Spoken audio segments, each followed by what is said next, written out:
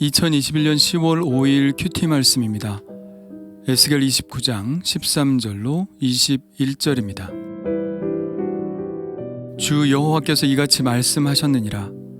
40년 끝에 내가 만민 중에 흩은 애굽 사람을 다시 모아내되 애굽에 사로잡힌 자들을 돌이켜 바드로스 땅 곧 그 고국 땅으로 돌아가게 할 것이라. 그들이 거기에서 미약한 나라가 되되 나라 가운데 지극히 미약한 나라가 되어 다시는 나라들 위에 스스로 높이지 못하리니 내가 그들을 감하여 다시는 나라들을 다스리지 못하게 할 것임이라. 그들이 다시는 이스라엘 족속의 의지가 되지 못할 것이요 이스라엘 족속은 돌이켜 그들을 바라보지 아니하므로 그 죄악이 기억되지 아니하리니 내가 여호와인 줄을 그들이 알리라 하셨다 하라. 27째 해 첫째 달 초하루에 여호와의 말씀이 내게 임하여 이르시되 인자야, 바벨론의 느부갓네살 왕이 그의 군대로 두로를 치게 할 때에 크게 수고하여 모든 머리털이 무지러졌고 모든 어깨가 벗어졌으나 그와 군대가 그 수고한 대가를 두로에서 얻지 못하였느니라. 그러므로 주 여호와께서 이같이 말씀하셨느니라. 내가 애굽 땅을 바벨론의 느부갓네살 왕에게 넘기리니 그가 그 무리를 잡아가며 물건을 노략하며 빼앗아 갈 것이라. 이것이 그 군대의 보상이 되리라. 그들의 수고는 나를 위하여 함인즉 그 대가로 내가 애굽 땅을 그에게 주었느니라. 주 여호와의 말씀이니라. 그날에 나는 이스라엘 족속에게 한 뿔이 돋아나게 하고 나는 또 내가 그들 가운데에서 입을 열게 하리니 내가 여호와인 줄을 그들이 알리라. 아멘. 애굽의 교만은 하나님의 심판을 불러왔습니다. 40년 동안 애굽 땅이 황폐할 것이고 애굽 사람들은 각국 가운데로 흩어지며 여러 민족 가운데로 헤쳐질 것이라고 에스겔은 이미 예언을 했죠. 그리고 오늘의 예언은 40년 후 그들이 다시 돌아와 바드로스 땅에서 미약한 나라로 살 것이라고 말씀하고 있습니다. 미약한 나라가 되어 다시는 나라들 위에 스스로 높이지 못하고 다시는 다른 나라들을 다스리지 못하게 할 것이라고 말씀하고 있죠. 14절에 나오는 바드로스는 상 이집트에 위치한 도시입니다. 이집트인들이 삼각주가 있는 지역에서 남쪽으로 이동할 것이라는 말씀인데요. 그만큼 타 민족들에 대한 이집트의 영향력이 줄어들 것이라는 것을 말씀하고 있는 것입니다. 그렇다면 40년이라는 숫자는 무엇을 의미할까요? 많은 역사학자들은 애굽의 40년 고난의 시간을 특정하지 못하고 있습니다. 느부갓네살은 주전 568년 애굽을 침공했지만 그렇게 큰 타격을 주지는 못했습니다. 오히려 이 전쟁은 서로에게 큰 치명상을 입혔죠. 이집트가 완전히 정복되어 국가의 기능을 상실하게 된 것은 페르시아 제국 때입니다. 주전 525년 페르시아의 캄비세스 2세 때 정복당했고 그 후 120년 동안 페르시아의 지배하에 있게 되었습니다. 이때 페르시아의 왕은 이집트의 바로 왕의 직임도 함께 겸직했죠. 그래서 이 40년이라는 숫자는 두 가지 가능성을 두고 해석할 수 있습니다. 하나는 주전 605년에 있었던 갈그미스 전투로부터 시작되어 주전 568년 느부갓네살이 애굽 침공을 하기까지 39년을 말하는 것으로 해석할 수 있습니다. 이 시기는 애굽이 주변국들에 대한 영향력을 상실한 기간이죠. 본래 시리아 팔레스타인 지역은 이집트의 영향력 하에 있는 지역이었습니다. 수천 년 동안 이러한 영향력이 이어졌죠. 그러다가 바벨론과 맞붙은 갈그미스 전투에서 패배한 이집트는 시리아 팔레스타인에 대한 지배력을 완전히 잃어버리고 아프리카 대륙으로 밀려나게 되었습니다. 바벨론이 버티고 있는 한 이집트는 팔레스타인 지역으로 한 발짝도 옮길 수 없었죠. 그렇게 바벨론의 위협에 두려워하던 기간이 약 40년이 되는 것이죠. 이렇게 본다면 15절의 말씀이 정확히 이해가 되죠.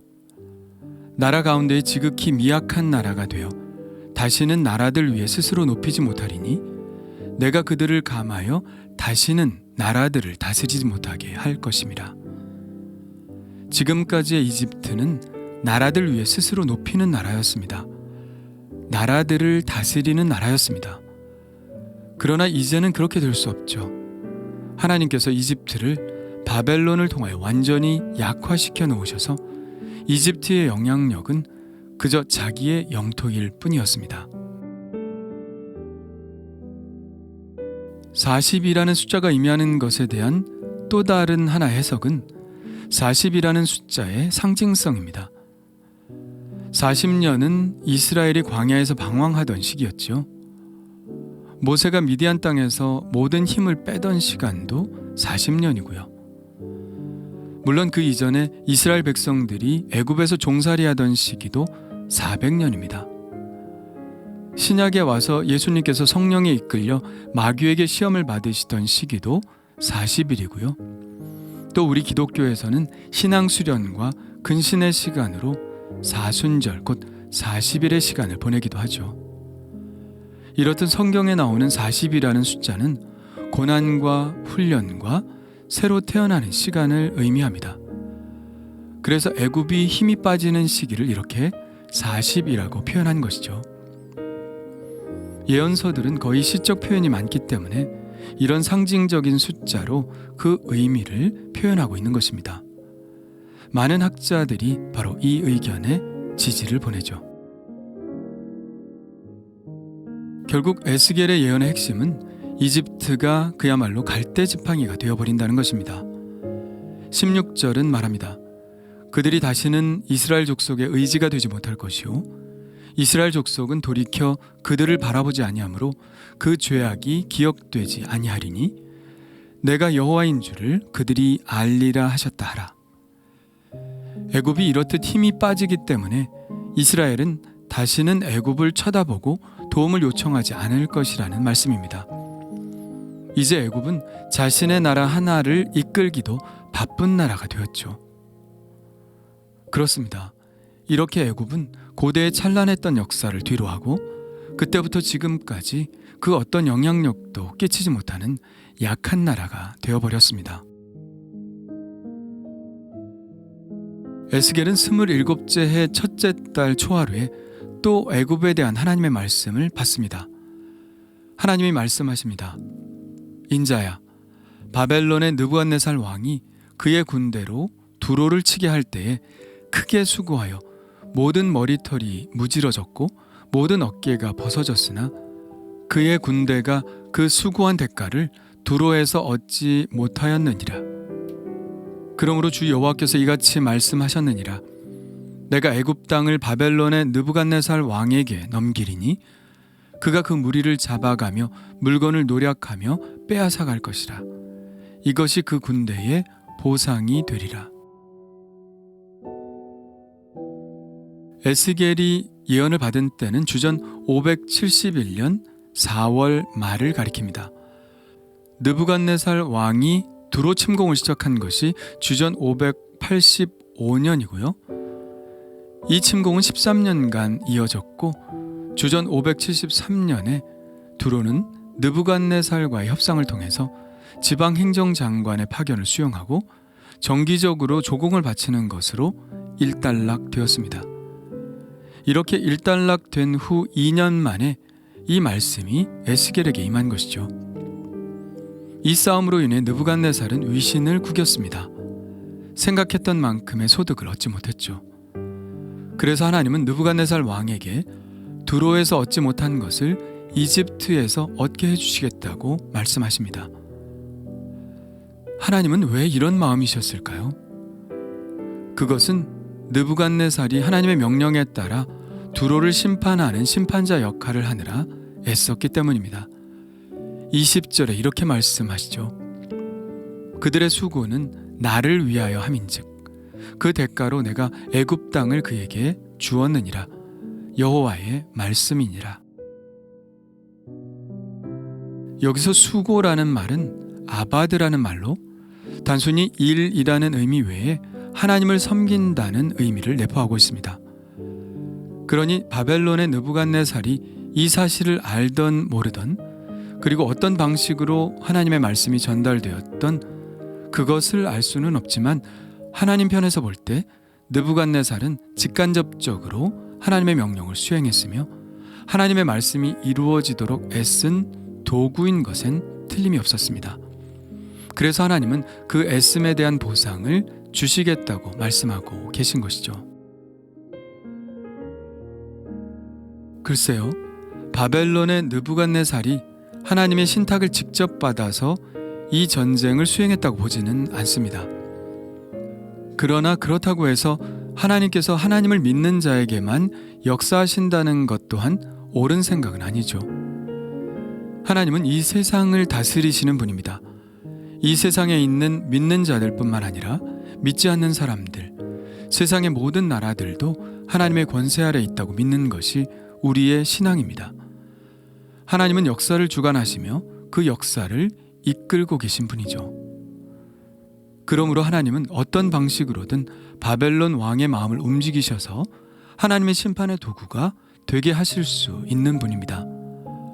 모든 것이 합력하여 선을 이루게 하신다는 말씀이 바로 그런 것이죠.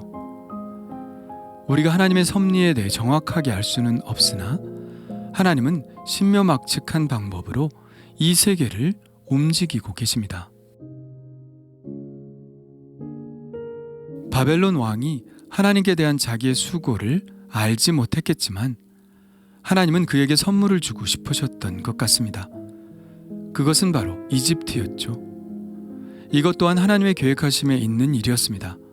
하나님은 느부갓네살에게 보상을 주실 뿐 아니라 애굽에 대한 심판도 함께 수행하도록 하신 것입니다. 예수님의 말씀이 생각나는데요. 누구든지 너희가 그리스도에게 속한 자라 하여 물 한 그릇이라도 주면 내가 진실로 너희에게 이르노니 그가 결코 상을 잃지 않으리라. 애굽은 이렇듯 힘을 완전히 잃어버리게 되었습니다.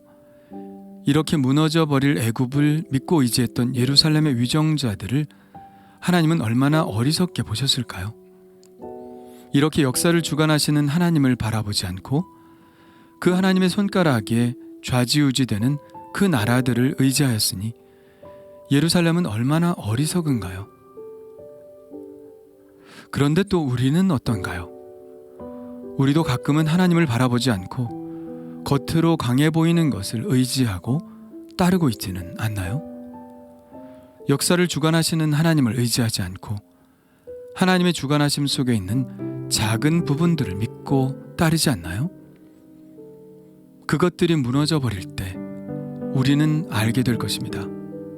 하나님이 여호와이신 줄, 하나님 밖에는 우리의 의지가 없는 줄을 알게 될 것입니다.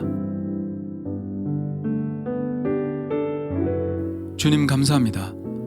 세상의 역사를 주관하시는 분도 하나님이심을 고백합니다. 세상의 많은 나라들이 흥망성쇠를 반복했습니다. 강한 나라도 망했고 그 강한 나라가 망할 때 그 나라를 의지했던 나라들도 함께 망했습니다. 세상 나라와 권세가 강해 보이지만 그것이 제가 의지할 바가 아니라는 사실을 알게 하시고 이 세상을 주관하시는 하나님만 올곧이 바라보게 하여 주옵소서. 예수님의 이름으로 기도합니다. 아멘.